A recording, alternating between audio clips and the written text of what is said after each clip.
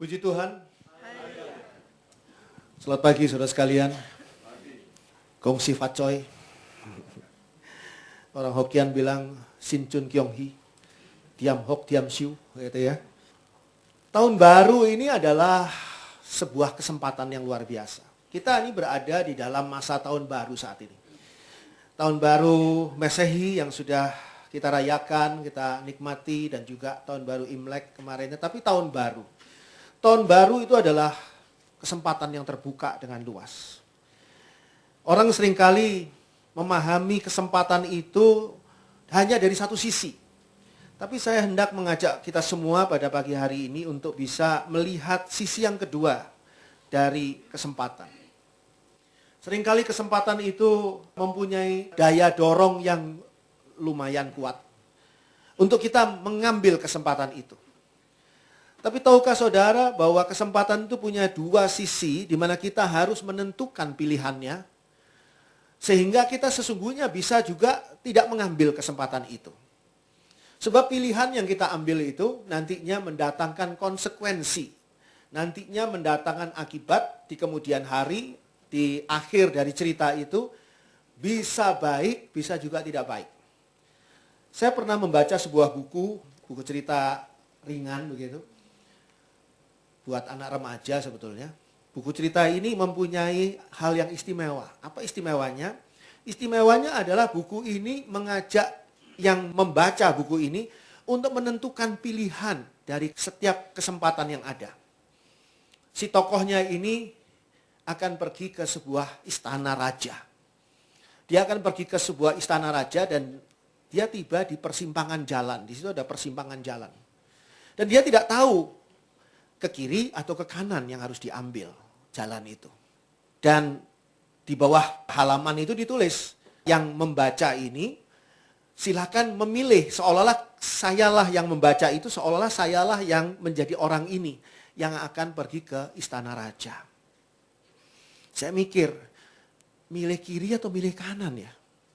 Milih kiri bisa betul, bisa salah. Milih kanan bisa salah, bisa betul. Akhirnya saya ambil keputusan, milih kiri. Kalau Anda milih kiri, ditulis di situ, itu pada waktu itu saya baca di halaman 7 apa berapa. Silahkan langsung baca di halaman 15 kalau Anda milih kiri. Saya langsung buka halaman 15, baca. Saya, seolah-olah saya kan melakukan perjalanan, saya terus, tiba-tiba datang hujan badai yang luar biasa. Saat datang hujan badai, saya mencoba berlindung, saya coba lihat di situ ada sebuah gua. Gua itu kayaknya bisa tempat buat saya berlindung hujan badai. Ini saya merasa sebagai tokoh di situ kan. Saya masuk ke gua itu. Waduh, dinginnya luar biasa. Juga hujan ini membuat badan saya basah. Tiba-tiba di belakang saya ada seekor beruang. Dan saya diterkam, matilah saya di situ. Wah, saya salah milih jalan kiri. Balik lagi saya. Saya pengen tahu ini cerita berakhir di situ. Kalau saya mati di situ sudah selesai, berakhir di situ. Saya harusnya milih jalan ke kanan. Di situ saya balik lagi ke halaman 7 tadi, saya lihat kalau Anda memilih jalan ke kanan, segeralah Anda membaca halaman 23. Saya baca halaman 23, loncat gitu kan. Caranya gitu tuh buku itu. Saya pengen tahu gimana, ini benar. Saya jalan terus sampai akhirnya saya tiba di sebuah pantai dan saya tanya di situ, ternyata saya harus naik sebuah perahu, kapal. Kapal yang lumayan besar yang akan berangkat ke tempatnya istana raja. Oh ya betul, saya mau ke sana. Ini saya bener nih ngambil jalan kanan. Saya ke sana kan. Saya ke sana naik kapal tadi. Di tengah jalan kapal itu diombang-ambingkan ombak, pecah hancur. Saya terdampar di sebuah pulau kecil yang nggak ada apa-apanya dan saya terpencil di situ untuk bertahun-tahun sampai akhir hidup saya. Wah, salah lagi nih jalan kanan. Berarti ini buku gimana sih? Dia mau pergi ke istana raja, caranya gimana? Saya balik lagi ke halaman 7. Saya cari di situ, ada pilihan lain. Pilihan lain yaitu tidak milih kesempatan ke kiri dan tidak milih kesempatan ke kanan. Jadi duduk aja di situ. Kalau Anda tidak milih ke kiri dan tidak milih ke kanan dan duduk di situ, bukalah halaman selanjutnya. Jadi halaman 7, halaman 8 saya buka. Halaman 8 saya buka, saya menunggu cukup lama di situ, beberapa hari. Ya tapi sempat makan buah yang ada di sekeliling situ. Sampai akhirnya ada seorang yang berpakaian rapi, berpakaian istimewa gitu, berpakaian kerajaan yang lewat situ. Dan saya tanya, terus dia bilang, oh Anda mau ke kerajaan? Ayo ikut sama saya, ikut dengan kereta saya akan ke kerajaan. Nah, saya berangkat dengan orang ini dan sampailah saya di kerajaan. Berarti harusnya saya nunggu itu. Tapi saya sudah 2 kali salah milih itu. Salah milih kesempatan kiri salah, kesempatan kanan salah. Dan dua-dua itu ada akibatnya. Ketika saya memilih kesempatan yang ketiga, yaitu duduk saja di situ, diam, bengong, nggak milih kiri, nggak milih kanan. Akhirnya malah saya benar itu langkah seperti itu. Jadi ya itu karangan si pengarang ya. Bisa saja kesempatan kiri yang benar, bisa saja kesempatan kanan yang benar, tergantung pengarangnya. Tapi sekarang saya renungkan, memang setiap kali Tuhan memberikan kepada kita kesempatan di dalam hari-hari kita. Bangun pagi kita mendapatkan kesempatan baru buat hari ini. Banyak kesempatan. Tapi semua kesempatan itu tidak seragam, semuanya harus kita ambil. Ada kesempatan-kesempatan justru yang harus kita tolak. Coba kita lihat ketika pertama kali Tuhan menciptakan manusia. Kejadian 2 ayat 15 sampai dengan 17. Kejadian 2 ayat 15 sampai 17. Tuhan Allah mengambil manusia itu dan menempatkannya dalam Taman Eden untuk mengusahakan dan memelihara taman itu. Lalu Tuhan Allah memberi perintah ini kepada manusia. Semua pohon dalam taman ini boleh kau makan buahnya dengan bebas. Tetapi pohon pengetahuan tentang yang baik dan yang jahat itu, janganlah kau makan buahnya. Sebab pada hari engkau memakannya, pastilah engkau mati. Tuhan menempatkan Adam dan Hawa di tengah-tengah Firdaus. Dan mengatakan, semua pohon dalam taman ini boleh kau makan buahnya dengan bebas. Itu kesempatan. Tapi kan tidak harus Adam dan Hawa makan semua buah. Begitu lihat buah, makan. Lihat buah, makan. Enggak harus kan.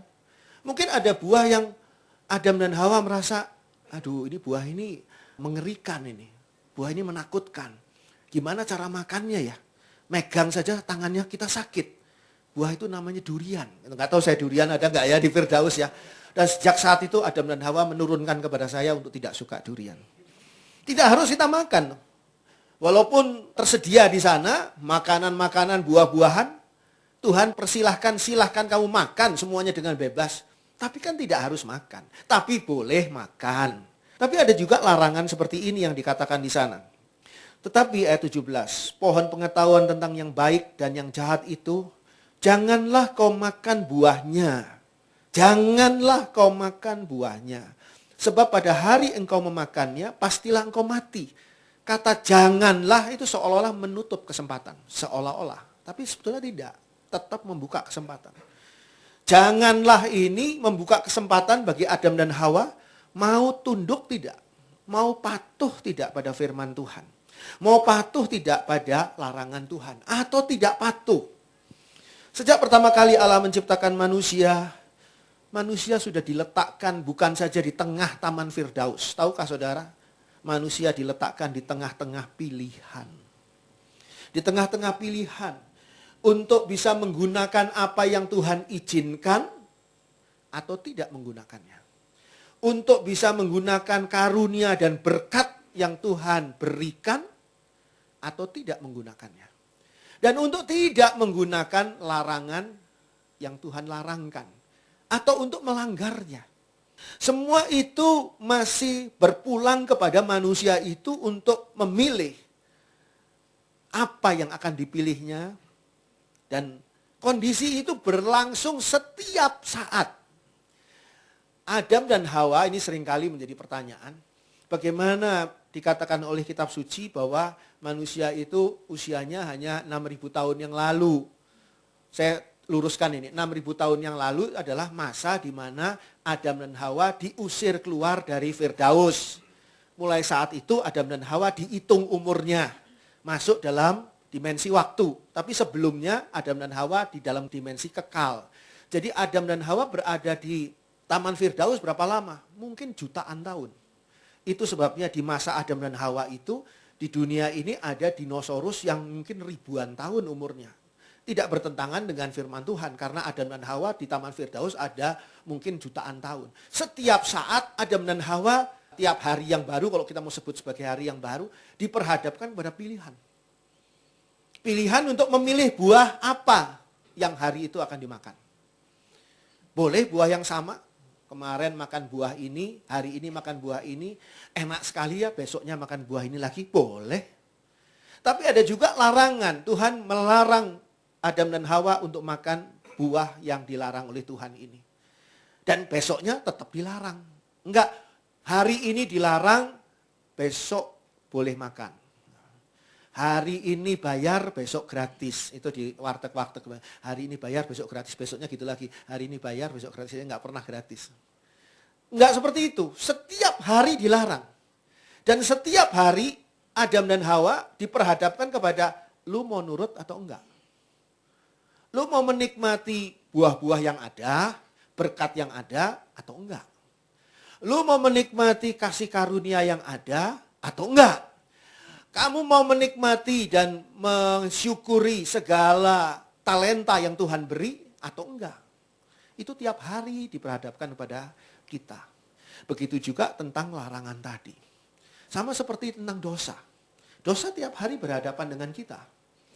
Saudara kalau hari ini berhasil tidak berbuat dosa, katakanlah saudara punya suatu dosa gitu. Dosa yang melemahkan saudara, artinya dosa yang sudah lama membuat kelemahan dalam diri saudara. Saudara cenderung melakukan dosa itu, misalnya bohong, dosa. Cenderung melakukan dosa itu. Yang gak perlu-perlu juga bohong, apalagi yang perlu-perlu lebih bohong lagi. Misalnya gitu. Tapi hari itu saudara berhasil, saya gak bohong. Dah, mau konsekuensinya gimana, saya gak bohong. Dah, selesai hari itu kan. Besok saudara kira bebas dari hal itu? Enggak. Besoknya saudara diuji lagi. Lu mau bohong enggak hari ini? Lusanya, lu mau bohong enggak hari ini? Setiap hari kita diperhadapkan dengan kesempatan untuk bohong atau untuk tidak bohong. Setiap hari kita menentukan pilihan. Hari ini kita enggak jatuh, mungkin besok lusa jatuh.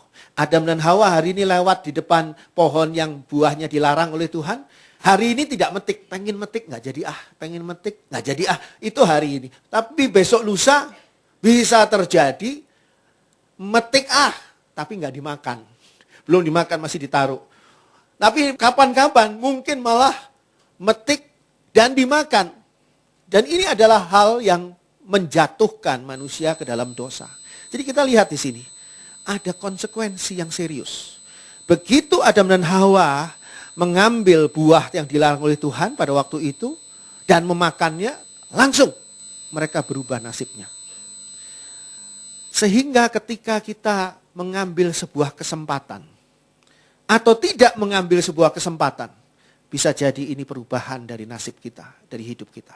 Tapi ingat, tidak semua kesempatan harus kita ambil. Mungkin ada kesempatan seperti buah ini tadi, mungkin ada kesempatan yang harus kita tolak dan kita tidak ambil. Itulah dua sisi dari kesempatan yang ada. Coba kita lihat peristiwa yang lain pada Kisah Para Rasul. Kisah Para Rasul 5 ayat 1 sampai 6. Kisah Para Rasul 5 ayat 1 sampai 6. Ada seorang lain yang bernama Ananias. Ia beserta istrinya Safira menjual sebidang tanah. Dengan setahu istrinya, ia menahan sebagian dari hasil penjualan itu dan sebagian lain dibawa dan diletakkannya di depan kaki rasul-rasul. Tetapi Petrus berkata, Ananias, mengapa hatimu dikuasai iblis sehingga engkau mendustai Roh Kudus dan menahan sebagian dari hasil penjualan tanah itu? Selama tanah itu tidak dijual, bukankah itu tetap kepunyaanmu? Dan setelah dijual, bukankah hasilnya itu tetap dalam kuasamu? Mengapa engkau merencanakan perbuatan itu dalam hatimu? Engkau bukan mendustai manusia, tetapi mendustai Allah. Ketika mendengar perkataan itu, rebahlah Ananias dan putuslah nyawanya. Maka sangatlah ketakutan semua orang yang mendengar hal itu. Lalu datanglah beberapa orang muda, mereka mengapani mayat itu dan mengusungnya keluar dan pergi menguburnya. Kita lihat di sini, Ananias berada di dalam beberapa pilihan. Pertama di sana dia bisa menjual atau tidak menjual tanahnya. Itu haknya dia. Sehingga Rasul Petrus mengatakan di sini, selama tanah itu tidak dijual, ayat 4. Bukankah itu tetap kepunyaanmu? Dan setelah dijual, bukankah hasilnya itu tetap dalam kuasamu? Jadi di sini kita lihat bahwa Ananias itu berada di dalam banyak pilihan. Dia bisa menjual dan bisa juga tidak menjual tanahnya. Putusan mana? Seperti tadi buku tadi, kalau Anda memilih yang kiri, maka Anda harus membaca halaman sekian dan seterusnya. Kalau Anda memilih jalan yang kanan, bacalah halaman yang lain lagi. Di sini Ananias memilih yang mana? Kalau dalam kisah ini Ananias memilih untuk menjual. Setelah dia menjual, dia bisa memberikan hasilnya itu seluruhnya pada rasul untuk gereja Tuhan atau tidak. Tidak sama sekali. Itu kata Rasul Petrus menjadi hakmu dalam kuasamu. Jadi dia masih bisa memilih antara memberikan atau tidak memberikan. Pilihannya masih ada. Tapi Ananias memilih untuk memberikan. Dan di dalam memberikan ini sebetulnya dia masih bisa memilih lagi. Memberikan seluruhnya atau memberikan sebagian.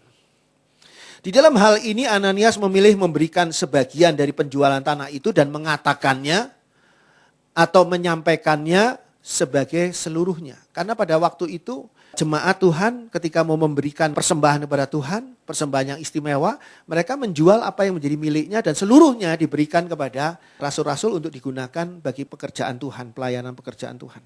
Dan begitu juga Ananias. Sehingga Ananias memberikan gambaran, image, seolah-olah dia memberikan seluruhnya. Sehingga di sini ditegur oleh Rasul Petrus. Ananias, ayat 3, mengapa hatimu dikuasai iblis? Sehingga engkau mendustai Roh Kudus dan menahan sebagian dari hasil penjualan tanah itu. Selama tanah itu tidak dijual, bukankah itu tetap kepunyaanmu? Dan setelah dijual, bukankah hasil itu tetap dalam kuasamu? Mengapa engkau merencanakan perbuatan itu dalam hatimu? Engkau bukan mendustai manusia, tetapi mendustai Allah. Apapun yang kita ambil sebagai keputusan, itu adalah tanggung jawab kita kepada Tuhan. Sehingga Rasul Petrus hanya bisa menasehati Ananias. Rasul Petrus tidak terus maju ke depan merogoh kantongnya Ananias. Ayo mana sisa uang penjualan tanah? Enggak. Sebab apa? Sebab itu hak Ananias. Adalah hak saudara untuk berkata jujur. Tapi sebaliknya adalah hak saudara untuk berkata bohong. Itu hak saudara. Tapi masing-masing mendatangkan akibat yang tidak sama. Ananias ini berakhir dengan kematian yang mendadak. Mungkin serangan jantung. Mungkin. Kita nggak tahu. Serangan jantung pada waktu itu mungkin ya tidak tertolong. Seperti yang kisah yang baru kita baca. Tapi itu keputusannya dia. Dia mengalami serangan jantung itu karena dia mengalami sebuah rasa kaget, terkejut dengan apa yang dikatakan oleh Petrus.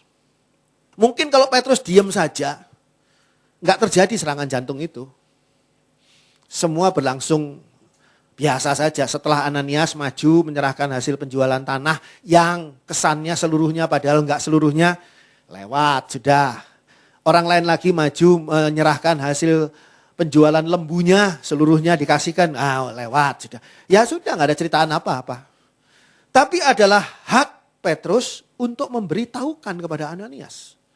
Tapi Petrus juga punya pilihan untuk diam saja. Oh sudahlah, namanya juga uang buat pelayanan, lumayan dikasih segini juga. Nggak dikasih semuanya, mungkin Ananias menahan setengah dari harga tanah. Tapi kan lumayan ketimbang nggak dapat sama sekali. Udahlah. Petrus diam saja, itu haknya Petrus.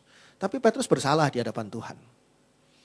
Petrus tidak mau seperti itu sehingga dia katakan kepada Ananias, kamu ini hati-hati loh, hatimu dikuasai oleh entah sesuatu hal. Kadang-kadang ketika hati kita dikuasai oleh hal-hal lain, cinta mula-mula kepada Tuhan yang menggerakkan kita untuk memberi persembahan misalnya, itu tiba-tiba luntur. Saya pernah dulu ya, ada jemaat yang cukup kaya. Saya waktu itu masih pelayanan di LP Sukamiskin, penjara. Saya ngelihat di LP Sukamiskin itu ada masalah. Orang-orang yang bertobat dari sana, keluar, mau nggak mau terdorong untuk berbuat kejahatan lagi. Yang merampok-merampok, yang mencuri-mencuri, yang menipu-menipu. Apa sebabnya? Orang jebolan LP Sukamiskin sulit kerja. Ditanya, Anda lulusan mana? Lulusan Universitas Sukamiskin, nggak terima kerja, sudah langsung. Jadi saya berpikir harus ada sesuatu hal yang bisa dilakukan. Saya punya ide, ayo kita buat balai pelatihan. Jadi orang Sukamiskin ini diberikan balai pelatihan, dilatih di situ. Kadang-kadang mereka merampok karena mereka nggak punya keterampilan apa-apa. Sehingga ketika mereka dididik untuk jadi montir, diajari jadi montir, diajari jadi tukang cukur, diajari jadi penjahit, diajari jadi tukang masak, diajari macam-macam di balai pelatihan itu, nantinya mereka bisa menghasilkan hasil yang bisa dijual untuk nantinya mendatangkan uang. Sehingga mereka tidak perlu merampok. Sehingga mereka tidak perlu kembali ke profesi yang dulu yang membuat mereka masuk ke LP Sukamiskin. Saya berdoa, Tuhan, saya punya kerinduan untuk menciptakan balai pelatihan. Saya sudah hubungi teman-teman saya yang ahli masak, yang ahli jahit, yang ahli cukur, yang ahli montir, ahli semua ini saya yang keterampilannya di bidang bikin lukisan, saya hubungi semua, mereka mau. Wah, mereka senang. Iya betul, kami nggak usah dibayar. Setuju. Cuma tempatnya di mana? Iya, tempatnya di mana ini ya? Nah, kebetulan ada jemaat yang cukup kaya dan jemaat itu punya tempat, punya tanah, punya tempat yang bisa saya pakai karena dia toh tidak pakai tempat itu. Saya bicara dengan jemaat itu mengatakan, oh ya puji Tuhan Pak, memang saya rindu sekali untuk bisa pelayanan. Dia memberikan tempat dan tanah itu untuk saya pakai untuk menjadi sebuah balai pelatihan. Saya berpikir nanti kan saya harus ngurus. Balai pelatihan ini saya harus ngurus izinnya dan sebagainya kan. Jadi saya bilang bagaimana keberatan enggak kalau seandainya dibikinkan surat hibah. Surat hibah, kalau memang mau dipersembahkan hibahlah kepada gereja untuk bisa kami urus. Jadi enggak ngerepoti lagi, jadi udah oh ya boleh Pak, enggak ada masalah bikin surat hibah. Udah selesai, udah balai pelatihan mulai direncanakan, bangunannya mulai dipersiapkan, segala peralatannya mulai dipikirkan gitu kan, untuk montir, untuk segala kan ada peralatan. Di tengah perjalanan si jemaat ini keluar. Satu dan lain hal lah dari gereja, keluar. Setelah keluar gak berapa lama lagi pengacaranya datangi saya dan minta kembali tanah itu. Dan merasa bahwa nanti ini si Pak Andri ini pasti gak akan memberi, ini pasti mengeluarkan pengacara lagi dan sebagainya. Kemudian saya punya teman-teman pengacara, saya bilang, oh enggak, mau ngambil kembali nih silahkan. Saya berikan saja. Cintanya dia yang mula-mula kepada Tuhan sehingga dia tergerak untuk melayani Tuhan dengan tanahnya yang gak seberapa. Karena tanah dia banyak gitu ya, dia hartanya gak seberapa. Dicabut kembali dari gereja hanya gara-gara dia keluar dari gereja. Ya, semoga yang saudara yang hadir di sini tidak ada yang kenal dengan orang ini, tidak saya sebut namanya. Dan ditarik kembali, saya bilang silakan monggo kerso, orang Jawa bilang silakan. Sebab apa? Sebab itu urusan dia sama Tuhan. Haknya dia untuk narik kembali. Hak saya sebetulnya untuk nahan. Tapi pendeta Andri bertengkar rebutan tanah. Dengan ini di koran, masuk koran kan. Waduh, jadi udah gak usah lah. Memang orang gak rela, kamu mau gimana lagi? Silakan. Malah saya tanya, AC-nya gereja mau diambil sekalian apa? Oh enggak. Kan AC gereja juga dia yang ngasih persembahan. Enggak Pak. AC-nya juga ya sudah dipakai sekian lama mungkin juga sudah. Kalau tanah kan nilainya naik ya. Kalau AC kan dijual nilainya nggak ada gitu. Jadi saya tawari apa yang dia pernah ini. Kok kayak orang, saya pikir kok kayak orang putus pacaran gitu ya. Ayo kembalikan foto saya, ayo kembalikan kayak gitu ya. Kayaknya gitu ya. Kayak orang baca tapi ya nggak apa-apa. Dia lucunya juga. Tapi saya serah sama Tuhan. Tuhan berarti kalau Tuhan nggak setuju ya sudah. Nggak apa-apa. Balai pelatihan itu mungkin nanti dijalankan oleh orang lain, oleh gereja lain yang punya. Saya sampai hari ini masih punya ide-ide yang terbentur karena masalah keberadaan ruang, keberadaan tempat, keberadaan selain ruang juga uang juga itu juga. Kemarin Kyonghi nggak berhasil dapat angpau saya, aduh ampun.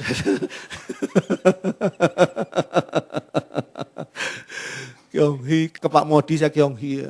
Pak Modi nggak ngasih angpo. Siapa-siapa nggak ngasih angpo jadi udah. Ya. Tapi itulah. Kadang-kadang ya pada waktu kita mencintai Tuhan sungguh-sungguh. Kita pengen memberi persembahan pada Tuhan. Entah persembahan berupa uang, berupa waktu, berupa pelayanan, berupa apa saja. Tapi di tengah perjalanan karena satu dan lain hal tiba-tiba hilang kondisi yang tadinya sudah baik. Dan itu adalah hak setiap orang. Hanya saja sayang kalau kesempatan seperti itu yang diambil. Sebab sisi kesempatan ini adalah kesempatan untuk melayani Tuhan. Untuk memberi kepada Tuhan seperti yang Ananias sudah putuskan. Harusnya dia punya tanah, gak usah dijual aja. Ya biarin orang lain memberi tanah, memberi lembu, memberi segala hartanya. Ananias gak usah, beres, gak ada masalah. Tapi gara-gara ini akibatnya menjadi sangat buruk bagi kehidupan Ananias. Lalu nanti istrinya juga mengalami kondisi yang sama.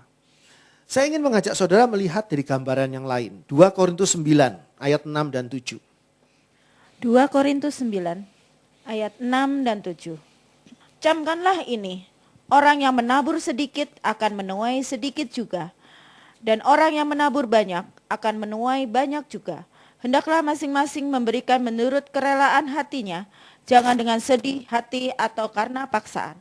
Sebab Allah mengasihi orang yang memberi dengan sukacita. Menabur. Menabur adalah gambaran menggunakan kesempatan. Sebab di dalam menabur itu selalu perlu ada benih yang untuk ditabur. Yang kedua ada tenaga untuk menaburkan benih itu. Dan yang ketiga harus ada ladang tempat penabur itu menaburkan benih. Kalau sekarang dia punya benih tapi dia nggak punya tenaga. Dianya sudah ngalami stroke 17 kali. Udah nggak bisa apa-apa. Itu bagaimana mau nabur tuh Pak? Udah nggak mungkin. Walaupun ladangnya luas. Sebaliknya dia sehat. Dia membawa benih. Tapi ladangnya mana? Kok nggak ada ladang ya? Semuanya aspal semua ya. Gimana mau nabur benih? Jadi kombinasi ini adalah kombinasi kesempatan yang digunakan. Karena menabur. Menabur itu kata aktif. Menabur adalah menggunakan kesempatan yang ada. Tapi selalu punya dua sisi. Mau digunakan atau tidak digunakan. Walaupun sekarang punya benih. Saudara renungkan ini. Walaupun dia punya tenaga. Walaupun dia punya ladang. Kalau dia tidak mau menabur, dia tidur aja di rumah. Benihnya disimpan di laci. Ladangnya dibiarin. Tumbuh alang-alang. Tenaganya dia pakai buat tidur-tidur aja. Ya enggak menabur. Jadi ada kesempatan. Tapi punya dua sisi selalu. Bisa digunakan atau bisa tidak digunakan. Tapi kalau dia menabur, nantinya dia menuai, ada hasilnya. Kalau dia tidak menabur, dia nantinya tidak ada hasilnya. Jadi selalu ada konsekuensi dari pilihan atas kesempatan yang kita ambil. Kesempatan terbuka luas. Tahun baru saya katakan tadi, tahun baru itu seperti 1 tahun kita punya kesempatan. Terbuka luas. Diambil atau tidak kesempatan ini? Belum tentu harus diambil. Itu orang yang bijaksana. Kalau saudara ditawari sebuah pekerjaan atau sebuah proyek, belum tentu itu kesempatan yang baik. Mungkin ini adalah sebuah kesempatan untuk kelak kemudian hari menjadi cerita kejatuhan atau kegagalan saudara dalam kehidupan bisnis saudara. Belum tentu sebuah kesempatan yang baik. Ada orang yang pernah ditawari satu kerjasama. Jadi ada calo. Calo ini adalah calo batu bara. Calo batu bara. Dia bilang dia punya bos yang mau beli tambang batu bara. Bos yang punya tambang batu bara ini walahu alam, nggak kelihatan orangnya. Sebab apa? Calo ini nggak mau ngasih tahu lah. Kalau ngasih tahu nanti kitanya langsung hubungan sama si bos ini. Si calo ini gigit jari, mending jarinya sendiri, ya kan? Jadi ini calo ini bilang ada bos lah. Anda mau nggak? Misalnya saya ambil aja nawari ke saya. Anda mau nggak untuk kerjasama di bidang batu bara ini? Sebab saya kebetulan punya teman-teman yang punya tambang-tambang batu bara rakyat yang bisa saya bujuk untuk bisa dijual ke si bos ini. Nah, kalau saya bilang mau gitu, saya bilang mau. Ini karena saya kenal baik sama si calo ini kan, saya bilang mau. Saya terima kesempatan itu, saya ambil kesempatan itu kan. Hasilnya nanti mau dibagi saya sekian persen. Wah, besar banget ini. Saya cuma tinggal membujuk teman-teman saya punya tambang-tambang kecil ini untuk dijual semua, tambang batu bara itu kan. Saya datangi teman-teman saya ini, bujuk, mereka seneng. Wah iya, bolehlah daripada kita miskin terus kayak gini. Punya tambang tapi miskin, buat apa? Mendingan dijual ini. Sekian. Biasalah orang kita kan, uang belum di tangan, sudah beli barang kreditan dulu. Itu biasa kan? Belilah barang kreditan itu teman-teman, motor lah, apalah. Ada yang mau jualan sayur sehingga beli mobil pick up dan sebagainya. Itu kredit ke sana. Oh, ini barang sudah saya kumpulkan. Ini saya anggap saya, bukan tidak terjadi pada saya. Ini kisah aja. Saya kumpulkan semua berkas, surat-surat segala macam, datang kepada teman saya yang calo ini kan. Lo, namanya kebetulan Lo, ya, bukan calo, makanya Lo, ini sudah beres nih surat-suratnya gini. Terus dia berusaha kan, bawa surat-surat itu kepada si bos yang misterius ini kan. Oleh bos yang misterius itu surat-surat itu ditahan, katanya mau dipelajari. Ternyata apa? Ditaruhnya di bank untuk jaminan ini itu dengan kerjasama sama orang bank gitu kan. Bos ini dapat uang. Lalu bos ini menghilang antah berantah. Teman saya yang calo ini panik. Jadi sungguh kok ada kok bosnya. Sungguh gua gak ngomong bohong. Sungguh. Saya percaya sama lu. Lu ditipu. Tapi ya bodohnya gua juga. Gua kok mau ngambil kesempatan yang bodoh ini. Sehingga saya juga ketipu. Dan saya harus membereskan masalah dengan orang-orang tambang di situ. Yang semuanya gak kenal sama calo ini, apalagi sama si bos itu, tahunya cuma sama saya. Mulai dari saat itulah saya menjadi buronan, kan gitu kan? Jadi ceritanya gitu. Salah kita mengambil kesempatan, akhirnya berada dalam situasi yang buruk. Kok dari situasi yang buruk sambil lari jadi buronan. Tuhan, saya kok gini, Tuhan kok jahat sekali. Lu kok nyalain Tuhan? Ini ngambil-ngambil sendiri, kurang hikmat. Dasarnya nggak ada dan sebagainya. Teman saya yang calo nggak bohongin saya. Saya yakin nggak bohongin. Dia dibohongin sama si bos itu. Surat-surat diambil. Banknya juga melongo. Cuma dapat surat-surat ini dan tidak berakhir. Si bank ini mungkin lihat si bos ini luar biasa menterengnya. Turun dari mobil mewah yang ternyata sewaan.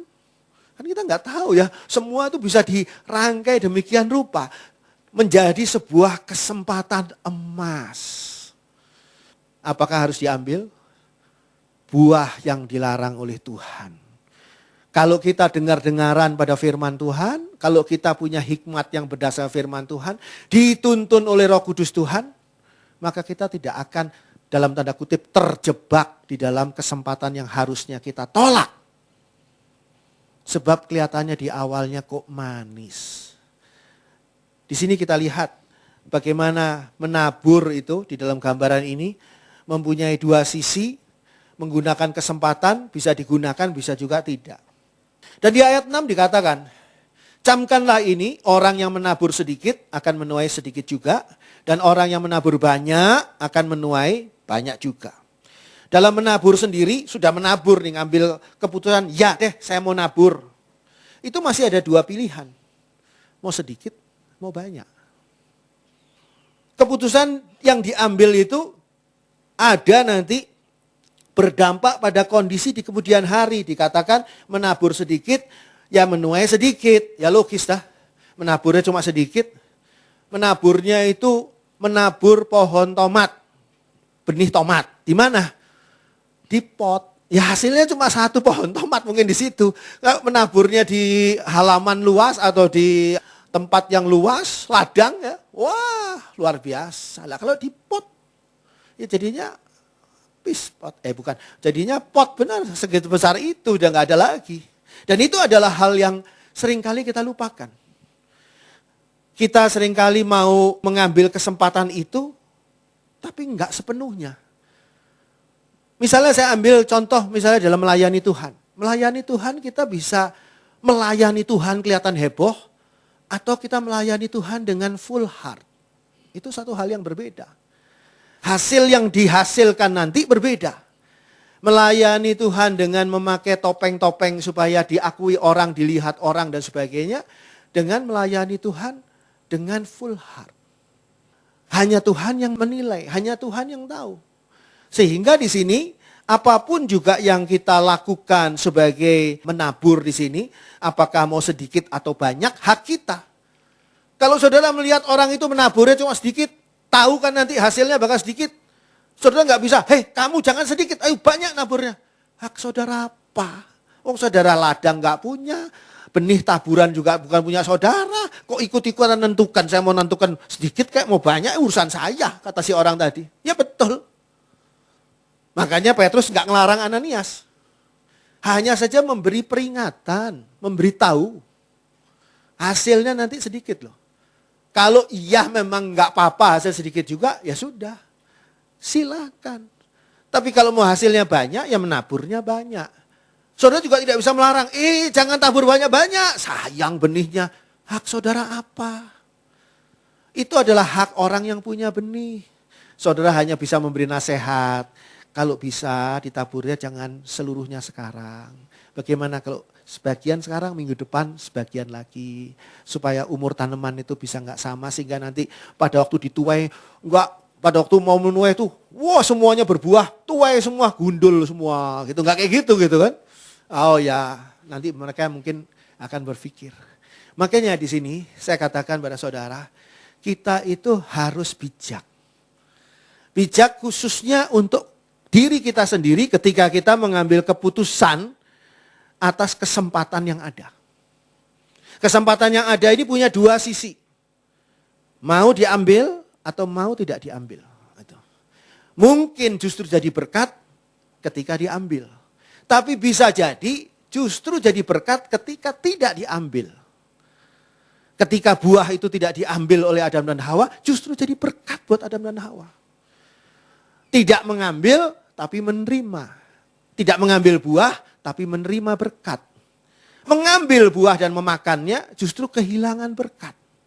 Ya, itu pelajaran firman Tuhan yang luar biasa. Lalu di ayat 7 dikatakan, hendaklah masing-masing memberikan menurut kerelaan hatinya. Jangan dengan sedih hati atau karena paksaan. Sebab Allah mengasihi orang yang memberi dengan sukacita. Selesai khotbah, kantong kolekte jalan. Ketika kantong kolekte jalan ada seorang ibu-ibu yang meneteskan air mata, menangis sambil memberi persembahan. Kolektan yang ngambil itu bicara sama pendetanya. Pak pendeta, kayaknya ibu itu tidak rela memberi persembahan. Soalnya dia panggil nangis. Pendetanya bilang, belum tentu. Kamu tahu dari mana? Itu buktinya nangis waktu ngasih persembahan. Mungkin itu uang terakhirnya dia nggak rela. Dia ngasih persembahan dan dia nggak bisa pulang lagi. Pulangnya jalan kaki karena nggak ada ongkos buat angkot. Apalagi naik ojek. Belum tentu kata pendetanya. Itu kesimpulanmu. Bukan fakta. Nanti saya akan nanya, pendetanya nanya nanti. Bu, kenapa kok ibu kelihatan sedih gitu. Pak, kata pendeta itu, saya tersentuh dengan firman Tuhan yang Bapak bawakan. Saya terbongkar segala persoalan yang ada di dalam hidup saya. Segala hal yang harus saya koreksi. Dan saya menangis karena saya merasa Tuhan itu baik ya. Saya masih diberi kesempatan. Loh beda kan sama pengertiannya tadi saya jelaskan. Enggak. Ibu itu bukan karena nggak rela ngasih persembahan. Kita tuh jangan menilai dari bungkusnya. Buang bungkusnya makan lempernya. Udah bilang berkali-kali loh saya tuh. Jangan nilai dari bungkusnya. Nilai dari lempernya. Lempernya juga gitu Pak Andri. Jangan punya kesimpulan sebelum kita betul-betul menikmatinya. Jadi disinilah letaknya perkataan yang sulit diukur. Menurut kerelaan hatinya. Coba aja saudara ukur. Ketika saudara ngasih persembahan. Berapa sesungguhnya kerelaan hati saudara, bukan berapa rupiahnya, bukan loh. Relanya hati saudara rela enggak saudara ngasih itu.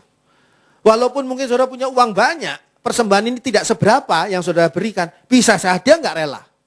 Sementara ada orang yang punya uang pas-pasan ngasih persembahan banyak, uang dia pas-pasan, tapi rela, bisa saja. Kita enggak tahu. Yang tahu itu saudara, ketika saudara mengambil kesempatan di dalam memberi persembahan. Ambil contoh persembahan nih, karena di sini tadi contohnya pemberian. Kantong kolektor lewat itu kesempatan. Saudara mau gunakan atau tidak? Tidak mau gunakan, ya enggak apa-apa. Mau digunakan, silahkan. Digunakan tapi hanya sedikit, silahkan. Digunakan tapi pengen ngasihnya banyak karena saya mengucap syukur sama Tuhan karena kebaikan, silahkan. Itu hak saudara. Konsekuensinya kembali kepada saudara, tidak kembali kepada orang lain. Gara-gara saudara ngasihnya nggak rela, maka orang yang duduk sebelah saudara kena kutuk. Nggak akan itu nggak akan gitu. Sebab apa? Sebab urusannya ya saudara nggak rela, ya saudara yang menanggung apa yang menjadi akibatnya. Begitu juga di dalam segala hal. Di dalam segala hal. Di dalam segala kesempatan yang kita ambil. Ini yang membuat saya merenung, ya. Tuhan memberi kesempatan kepada kita. Termasuk kesempatan ketika kita mau datang ibadah pada Tuhan. Saudara mau datang pada ibadah pada Tuhan? Boleh. Tidak pun tidak apa-apa. Sebab apa? Itulah keputusan yang saudara ambil untuk kesempatan itu. Konsekuensinya tapi saudara tanggung sendiri. Sebab pasti ada akibatnya, ada hasilnya. Kata memberi itu bukan paksaan. Memberi itu bukan kewajiban. Sehingga kita juga bisa memberi, bisa juga tidak memberi. Tidak harus kita memberi. Tapi kalau mau memberi, dikatakan tadi di sini, hendaklah masing-masing memberikan menurut kerelaan hatinya. Jadi rela hatinya. Begitu juga ketika harus berkorban di dalam pemberian itu. Misalnya saudara memberi apa? Memberi waktu saudara, memberi tenaga saudara untuk melayani Tuhan. Ada konsekuensinya berkorban untuk pelayanan itu. Ya kita harus berani berkorban untuk pelayanan itu. Itulah yang saya relakan untuk saya berikan. Memberi juga bisa rela, bisa tidak rela. Ada orang-orang yang memberi karena ya terpaksa. Memberi karena apa? Karena kalah taruhan, gak rela. Memberi karena apa? Karena gak enak hati, sungkan. Ya udahlah. Pos mau makan tempe, tempenya tinggal satu, mau makan gini. Teman saudara bilang, lu tempenya kok kamu ambil? Oh ya udah buat kamu deh. Padahal hatinya gak rela. Hatinya gak rela, saudara juga pengen gitu kan. Ya itu juga sesuatu hal yang sebetulnya silahkan saudara mau milih mau enggak. Kalau saudara rela memberi, maka saudara akan mendapatkan hasil yang luar biasa. Tapi kalau tidak rela, ya pemberian itu sia-sia. Allah selalu memberi kepada kita untuk memilih sisi yang terbaik. Allah itu selalu mengajarkan kepada kita untuk memilih sisi yang terbaik dalam apapun juga, termasuk dalam setiap kesempatan. Tapi akibatnya memang kita yang menanggung sendiri. Itu sebabnya firman Tuhan mengatakan gini, hendaklah masing-masing memberikan menurut kerelaan hatinya. Artinya ini dorongan firman Tuhan, pilihan firman Tuhan. Kata Tuhan, kalau Tuhan jadi kamu, ke saya aja ya namanya. Kalau Tuhan jadi kamu, Ndri, maka Tuhan akan memberi dengan sukarela atau dengan kerelaan hati. Tidak dengan sedih hati, juga tidak dengan paksaan. Apa sebabnya? Karena Allah mengasihi orang yang memberi dengan sukacita. Jadi Allah seolah-olah mengajari saya melalui firman Tuhan ini, Ndri, kalau lu mau memberi, memberilah dengan rela hati, dengan sukacita. Karena itu tuh sangat bernilai di hadapan Allah. Di depan manusia gak bisa nilai. Manusia cuma bisa nilai apa yang material. Tapi Allah melihat, oh kamu memberi dengan sukacita yang luar biasa. Kamu memberi dengan kerelaan. Orang yang tidak rela gak mungkin bisa sukacita. Jadi inilah apa yang harusnya kita lakukan di hadapan Allah. Matius 26, ayat 14 sampai 16. Matius 26 ayat 14 sampai 16. Kemudian pergilah seorang dari ke-12 murid itu yang bernama Yudas Iskariot kepada imam-imam kepala. Ia berkata, "Apa yang hendak kamu berikan kepadaku supaya aku menyerahkan dia kepada kamu?" Mereka membayar 30 uang perak kepadanya. Dan mulai saat itu ia mencari kesempatan yang baik untuk menyerahkan Yesus. Yudas ini kecewa kepada Yesus. Banyak kekecewaannya Yudas. Karena konsep yang dilakukan Yesus tidak sama dengan konsep yang ada di pikirannya Yudas. Sehingga ketika ada seorang wanita dengan minyak narwastu yang mahal, memecahkan minyak itu untuk mengurapi Yesus, Yudas merasa sayang banget. Harusnya uangnya bisa digunakan untuk fakir miskin dan sebagainya. Jadi Yudas ini banyak kecewa kepada Yesus. Karena Yesus tidak menerima apa yang menjadi usulan-usulan Yudas. Padahal sesungguhnya ya kalau kita mengusulkan sesuatu. Saya juga dulu gitu ya. Kalau saya mengusulkan sesuatu nggak diterima sama atasan saya, atau sama pimpinan saya, atau sama ketua kelompok saya kecewa. Terus saya jadi nggak senang karena usulan saya nggak diterima. Padahal harusnya kalau kita memberi usulan, ya memberi aja usulan. Bukan memberi paksaan, bukan memberi keharusan. Harus ini loh ya, enggak, usulan. Nah usulan nanti dipertimbangkan oleh atasan, demikian rupa, dipertimbangkan dengan berbagai macam hal, itu bisa diteruskan, bisa dijalankan, atau tidak bisa dijalankan. Atau bisa dijalankan tapi nanti setelah ada kesempatannya. Mungkin begitu. Jadi Yudas ini banyak kecewa kepada Yesus karena banyak hal. Banyak hal yang dilakukan Yesus yang tidak disetujui oleh Yudas. Jadi Yudas ini merasa kalau saya jadi Yesus saya nggak kayak gini nih. Bukannya dia belajar dari Yesus, oh kayak gitu toh. Harusnya bersifat kayak gitu, harusnya bersikap kayak gitu, langkahnya harus gitu. Enggak. Yudas tidak setuju dengan banyak hal dilakukan oleh Yesus. Tapi kan Yudas tidak harus mengkhianati Yesus. Yudas juga tidak harus menjual Yesus. Ada kesempatan untuk menjual Yesus. Ada kesempatan untuk mengkhianati Yesus, tapi kan tidak harus dia lakukan. Yudas nggak setuju dengan Yesus, haknya Yudas. Yudas nggak setuju dengan keputusannya Yesus, haknya Yudas. Itu tapi bodoh sekali karena harusnya Yudas belajar dari Tuhan Yesus. Tapi haknya Yudas. Tapi ketika ada kesempatan untuk menjual Yesus dan mengkhianati Yesus, nggak harusnya atau Yudas mengambil kesempatan itu.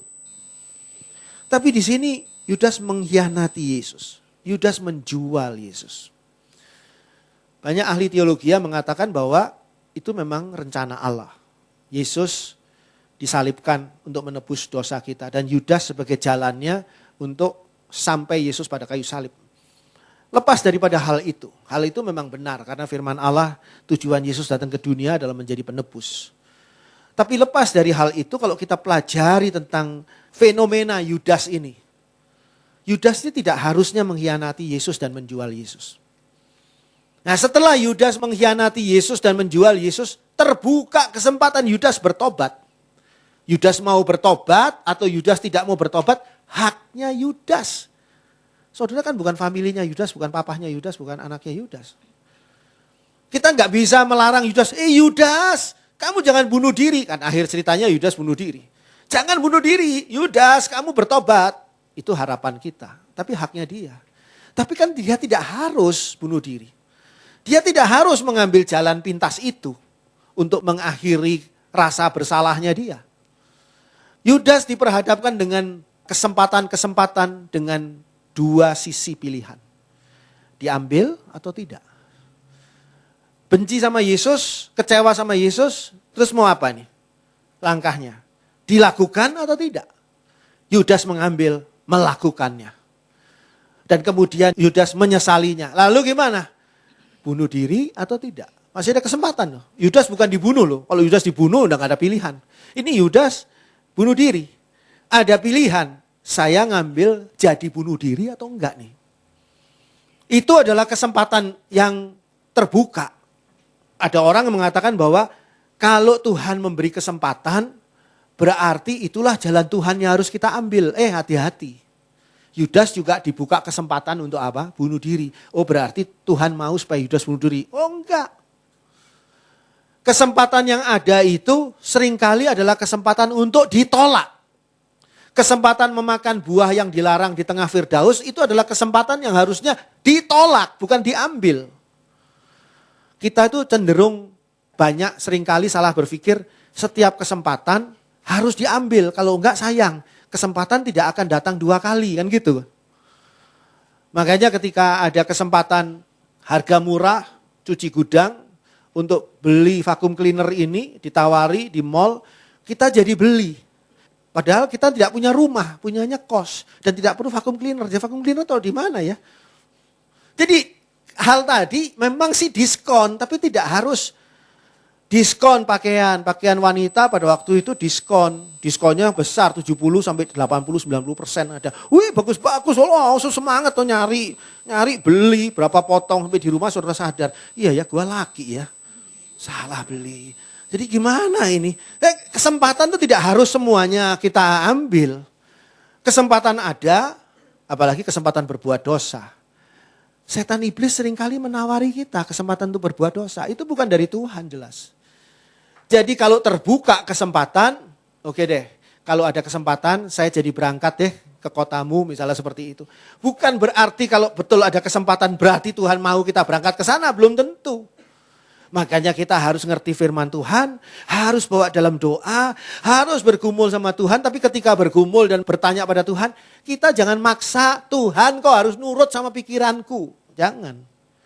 Kita harus menyerah sama Tuhan. Seandainya Tuhan pilih sesuatu yang gak populer, sesuatu yang gak aku sukai sekalipun, oke Tuhan, saya akan jalani karena itu jalan yang terbaik. Karena Tuhan tuh maunya supaya kita tuh selalu mengambil yang terbaik. Tapi kita tidak terlalu pinter untuk ngambil yang terbaik, kita tidak terlalu tahu mana yang terbaik. Ketika Tuhan memberitahu, baru kita tahu. Coba kita bandingkan juga dengan kisah ini. Wahyu 3 ayat 20. Wahyu 3 ayat 20. Lihat, aku berdiri di muka pintu dan mengetok. Jikalau ada orang yang mendengar suaraku dan membukakan pintu, aku akan masuk mendapatkannya dan aku makan bersama-sama dengan dia dan ia bersama-sama dengan aku. Tuhan Yesus yang Allah yang berkuasa itu tidak mendobrak pintu itu. Tapi Tuhan Yesus yang Allah berkuasa juga tidak masuk ke dalam ruangan itu walaupun terkunci pintunya. Kan Tuhan Yesus bisa dengan tubuh kemuliaan masuk dalam ruangan terkunci di mana di tengah-tengahnya di dalam ruangan itu ada murid-muridnya kan? Enggak. Tuhan Yesus mengetok. Apa artinya? Tuhan Yesus memberi kesempatan. Kesempatan dengan dua sisi saat Tuhan Yesus menawarkan dirinya untuk masuk dalam kehidupan manusia. Apakah manusia mau menerimanya atau tidak? Makanya tidak ada istilah kristenisasi, itu tidak ada. Yang ada adalah orang membuka hatinya untuk Yesus yang mengetok pintu hatinya. Tuhan Yesus memberikan kesempatan dengan dua sisi pilihan.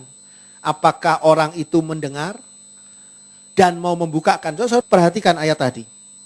Lihat, aku berdiri di muka pintu dan mengetok.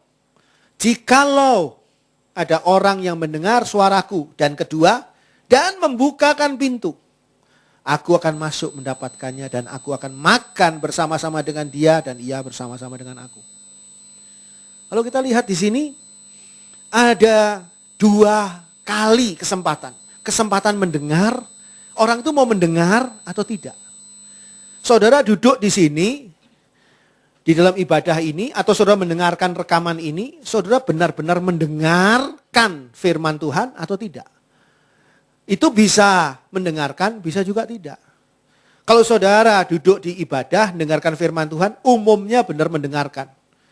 Kecuali kalau ngelamun atau mainan HP. Mainan HP juga hak saudara. Saudara mau main HP juga. Mau balesin WhatsApp, mau apa, hak saudara. Tapi firman Tuhan lewat. Tidak mendengarkan ketukan Tuhan Yesus. Mau mendengarkan atau tidak? Ada orang di dalam rumah itu mungkin jangan-jangan dia pakai headphone lagi. I have a pen, I have an apple. Lagi kayak gitu dia. Nggak dengar Tuhan Yesus ngetok. Keras sekali suaranya. Bisa jadi. Bisa juga dengar Tuhan Yesus ngetok tapi, wah siapa itu tukang nawarin kreditan panci kali, udah nggak mau, gitu. Bisa jadi orang tuh dengar terus, kok kayak Tuhan Yesus ya dibuka. Oh Tuhan Yesus, mari silakan masuk, bisa. Atau ketika dia membuka pintu, ini kesempatan yang lain, dia membuka pintu, dia menolak Tuhan Yesus. Nggak, Tuhan Yesus sana. Tuhan Yesus sana, Yesus sana, saya nggak mau terima kamu. Bisa. Jadi ini adalah kesempatan dengan dua sisi. Diambil atau tidak diambil. Manusia bisa mendengar atau tidak mendengar ketukan Yesus. Lalu kalau manusia yang mendengar itu masih bisa membuka atau tidak membukakan pintu untuk mempersilahkan Yesus masuk. Pilihan itu ada pada diri manusia itu.